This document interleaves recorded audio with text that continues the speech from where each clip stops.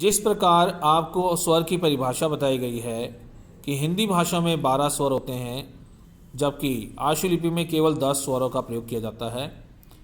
इन 10 स्वरों को 2 भागों में बांटा गया है, दीर्घ स्वर और अल्प स्वर। आज केवल इन स्वरों का आप अभ्यास करेंगे, इनको सुनेंगे और इसका उपयोग आपको बाद में बताया जाएगा।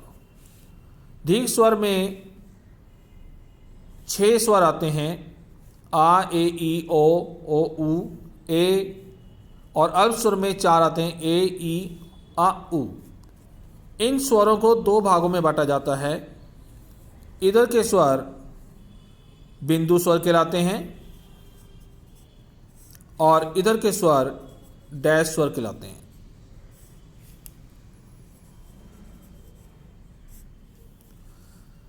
इन स्वरों को भी 3 स्थान दिए गए हैं रेखाओं के अनुसार, प्रथम, द्वितीय, तृतीय, प्रथम, द्वितीय और तृतीय। इसी प्रकार अल्प स्वरों को भी 3 भागों में बांटा गया है। प्रथम स्थान, इसमें द्वितीय स्थान का कोई स्वर नहीं है। तृतीय स्थान और डैश स्वरों में अल्प स्वर में प्रथम स्थान में कोई स्वर नहीं है, जबकि द्वितीय और तृतीय स्थान के स्वर हैं। यहाँ पर इनका उपयोग सुनेंगे। स्वर संकेत दीर्घ स्वरों का संकेत मोटे बिंदु व मोटे डैश से किया जाता है। यहाँ हम पहले मोटे बिंदु के स्वरों का प्रयोग कर रहे हैं। प्रथम स्थान के स्वर में आ, ए और ई आता है। रेखाओं के अनुसार 3 भागों में इनको बांटते हैं। जैसे एक उदाहरण के लिए रेखा है, यहाँ प्रथम जहाँ से रेखा प्रारंभ हुई है उसके प्रारंभ में आ का स्वर, यदि स्वर बाद में आता है तो पीछे बाद का स्वर। इसी प्रकार द्वितीय स्थान के स्वर में ये रेखा ऊपर से नीचे बनाई गई, यहाँ इसके द्वितीय मध्य भाग इसका द्वितीय स्थान कहलाता है, मोटे बिंदु वाला है। और तृतीय स्थान में इस रेखा को जहाँ पर ये अंत में समाप्त होती है, यहाँ पर इसका प्रयोग किया जाएगा। डैश स्वर में भी ऐसे कराया जाएगा, जहाँ से रेखा आरंभ होती है। प्रारंभ में डैश का प्रयोग यदि स्वर पहले है और यदि स्वर बाद में है, उच्चारण है, तो बाद में प्रथम स्थान पर ही ओ के लिए डैश का प्रयोग किया जाएगा।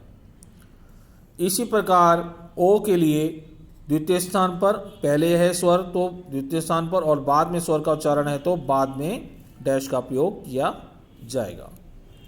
उ के लिए अंत में डैश का प्रयोग प्रारंभ में है तो, और यदि बाद में है तो इस प्रकार प्रयोग किया जाएगा। अब स्वरों का संकेत हल्के बिंदु व हल्के डैश से किया जाता है, जैसे कि हमने आपको बताया था। प्रथम स्थान में यदि स्वर है तो हल्के डैश का ऐसे हल्का बिंदु लगाया जाएगा।